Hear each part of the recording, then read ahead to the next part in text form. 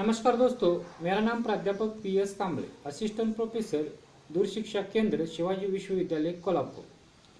दोस्तों, हम BA भाग 1 और BCom भाग 1 के आने वाले पेपर हिंदी के आने वाले पेपर के हिंदी के विविध रूप तथा प्रयोजनमूलक हिंदी इस प्रकरण पर चर्चा कर रहे हैं। हिंदी के विविध रूप में से पहले मातृभाषा के रूप में हिंदी का परिचय हमने पिछले वीडियो में देखा है। आज हम इस वीडियो में संपर्क भाषा कॉन्टैक्ट लैंग्वेज के रूप में हिंदी का परिचय पर चर्चा करेंगे। भाषा जो अन्य लोगों से संपर्क का काम करे। हिंदी धीरे धीरे भारत की संपर्क भाषा बनती जा रही है। एक ही भाषा परिपूरक और संपर्क दोनों भी हो सकती है। संपर्क भाषा का आशय है जन भाषा। संपर्क भाषा का मतलब है हम जिस भाषा से संपर्क करते बोलते हैं, हमारी मन की जो बात है अन्य दूसरों तक पहुंचाते, उसे ही संपर्क भाषा करते हैं, यानी कि जन भाषा। संपर्क भाषा का आशय यानी मतलब जन भाषा, जिस भाषा के माध्यम से किसी भूप्रदेश में रहने वाले लोग सहजता से एक दूसरे से संपर्क स्थापित करते हैं। एक किसी भूप्रदेश में रहने वाले लोग, यानी कि हम महाराष्ट्र में रहते हैं, महाराष्ट्र में हम एक दूसरे से किस भाषा में बात करते हैं, तो मराठी में, यानी कि मराठी हमारी यहाँ की संपर्क भाषा है, जो किसी क्षेत्र, राष्ट्र अथवा वर्ग में परस्पर वैचारिक आदान प्रदान के माध्यम के रूप में कार्यरत रहती है। संपर्क भाषा किसी राष्ट्र, वर्ग के परस्पर वैचारिक आदान प्रदान, यानी विचारों का आदान प्रदान या जो हमें चाहिए वो बात पहुँचाने का कार्य जो कर ये माध्यम होता है। संपर्क भाषा शासन तथा राजाश्रय से उपेक्षित रहने पर भी जनमानस में बराबर अपनी जड़ें मजबूत करती है। संपर्क भाषा राजाश्रय यानी कि राज्य कारभार की भाषा हो ना हो, परंतु वो जनता में रहती है, जन सामान्य में रहती है, इसीलिए उसकी जड़ें जो होती है मजबूत होती है। उसकी पहचान राष्ट्र के सभी लोगों में होती है। संपर्क भाषा की पहचान सब राष्ट्र के सभी लोगों में होती है। राष्ट्र या देश के एक कोने से दूसरे कोने तक जाने पर जनता केवल उसी जन भाषा में संपर्क स्थापित करती है। इस कोने से वहाँ तक, पूर्व से पश्चिम तक, उत्तर से दक्षिण तक जाने से जिस भाषा में हम संपर्क कर सकते हैं उसे संपर्क भाषा कहते हैं। यानी कि हम देखिए तो हिंदी ही पूरे देश में समझ में आती है। अन्य भाषा है, हर एक राज्य की अपनी अपनी भाषा है, परंतु उसमें कुछ न कुछ सीमाएं आती है। भारतीय संविधान द्वारा कुल 22 भाषाएं स्वीकृत है। 1961 की जनगणना के अनुसार 100 भाषाएं बोली जाती है। ऐसी अवस्था में यहाँ के लोगों को परस्पर व्यवहार के लिए संपर्क भाषा की जरूरत होती है। हमारे देश में संपर्क भाषा की जरूरत है। ये 22 भाषा है। अन्य अलग अलग राज्यों की अलग अलग भाषा है, इसलिए संपर्क भाषा की ज़रूरत है। और ये संपर्क भाषा के रूप में हिंदी का महत्व इसलिए है। भारत जैसे विशाल देश में प्राचीन काल में मध्य देश की भाषा संपर्क भाषा के रूप में शीर्षस्थ रही है। मध्य देश की भाषा संपर्क भाषा के रूप में शीर्षस्थ रही है।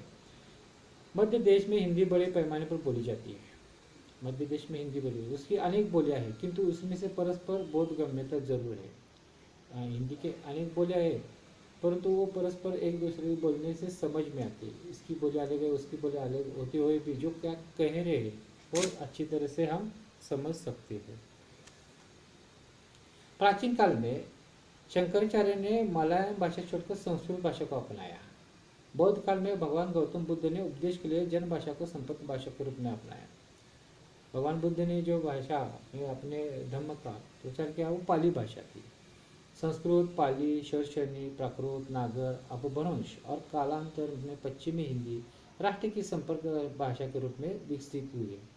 धीरे धीरे हिंदी जो है संपर्क भाषा किस तरह से विकसित हुई है हमने देख रहे हैं।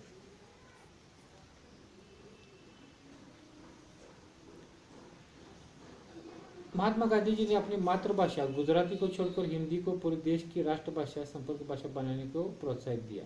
महात्मा गांधी जी की जो भाषा थी गुजरात के थे, गुजराती को छोड़कर इन्होंने हिंदी को संपर्क भाषा और राष्ट्रभाषा बनाने के संकल्प या प्रोत्साहन दिया। बंगाल के उच्च कोटि के साहित्यकार बाबू बंकिम चंद्र चटर्जी भी हिंदी को ही भारत की राष्ट्रभाषा के रूप में मानते हैं। बंकिम चंद्र चटर्जी जो साहित्यिक है वो भी भारत की राष्ट्रभाषा के रूप में हिंदी को स्वीकारते हैं। हिंदी भाषा के विकास काल सूक्ष्मता से अध्ययन किया जाए तो ये स्पष्ट होता है कि प्राचीन काल, मध्यकाल और ब्रिटिश काल में जनभाषाएं ही संपर्क भाषा के रूप में प्रतिष्ठित हुई है।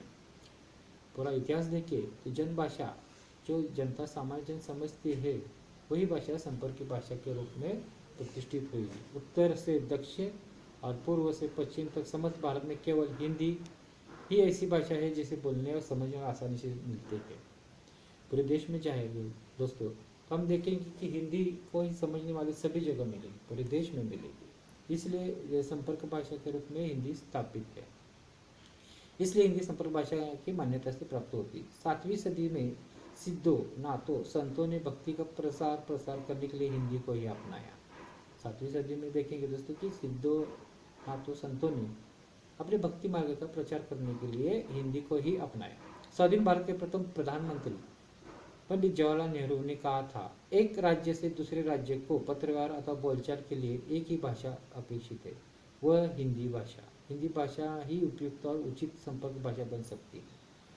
देखो पहले पंतप्रधान हमारे पंडित जवाहरलाल नेहरू ने क्या कहा, एक राज्य से दूसरे राज्य को पत्र व्यवहार अथवा बोलचाल के लिए एक ही भाषा अपेक्षित है, एक ही भाषा है, वही हिंदी ही भाषा है। हिंदी भाषा ही उपयुक्त है उचित संपर्क भाषा के रूप बनने के लिए। ये प्रधानमंत्री हमारे जो पहले प्रधानमंत्री थे उनका ये मत है। आज राष्ट्रभाषा के रूप में हिंदी के सामने कई समस्याएं हैं, मगर जनभाषा संपर्क भाषा के रूप में वह जनमानस के हृदय तक पहुंची है। फिल्में है, अन्य माध्यम से या टीवी सीरियल है, उसके माध्यम से ये सामान्य जन तक पहुंची है। संपर्क भाषा के रूप में अनेक उसके सामने कई समस्याएं नहीं है। हिंदी एक समृद्ध साहित्य, कोमलता, हिंदी फिल्म, भूमंडलीकरण के कारण व्यापार की भाषा बनी। आज व्यापार जो होता है हिंदी के माध्यम से होता है। आज आप विज्ञापन देखते हैं टीवी पर, हर एक कंपनियां हिंदी में ही ज़्यादा करती है क्योंकि यह संपर्क भाषा है, सामान्य जन समझ सकता है। हम टीवी पर देखते हैं तो भाषा में आज पूरे भारत में संपर्क भाषा रूप में हिंदी ही कार्यरत है। ध्यान से देखा जाए तो पूरे भारत में हिंदी ही संपर्क भाषा के रूप में स्थापित है, संपर्क हम कर सकते हैं। देखो महाराष्ट्र के लोग कन्नड़ भाषा समझ नहीं सकते, तमिल के लोग मराठी भाषा नहीं समझ सकते, गुजरात के लोग कन्नड़ या तमिल नहीं समझ सकते, परंतु पूरे देश में देखा जाए तो हिंदी में बातचीत चलती है, हिंदी समझ सकते हैं। यानी कि संपर्क भाषा के रूप में आज जनमानस में हिंदी ही स्थापित है। संक्षेप में मध्य देश की भाषा हिंदी अपने हजारों वर्षों की यात्रा में आगे बढ़ते बढ़ते विकास के चरम पृष्ठ तक पहुंची गई है। ये मध्य देश की भाषा धीरे धीरे बढ़ते बढ़ते विकास की चरम सीमा तक पहुंची है। इसी बीच कई व्यवधानों को पार कर उपेक्षित रहकर भी उसने भारत भूमि को अपनी जड़ें मजबूत कर दिया। कितनी बार समस्याएं या उसके सामने फिर भी उसने भारत भूमि पर अपनी जड़ें मजबूत की। उसने आज राष्ट्रभाषा, राजभाषा और संपर्क भाषा के रूप में अपनी पहचान बना दी। हिंदी ने आज राष्ट्रभाषा, राजभाषा और संपर्क भाषा के रूप में अपनी पहचान बनाई है। इसके अलावा मातृभाषा, संचार भाषा, वाणिज्य भाषा के रूप में भी वह सफल रूप से व्यवहार में है। आज भारत में देखे जाए तो पूरे देश में इस भाषा में बोला जा रहा है, साहित्य है, उसका साहित्य समृद्ध है।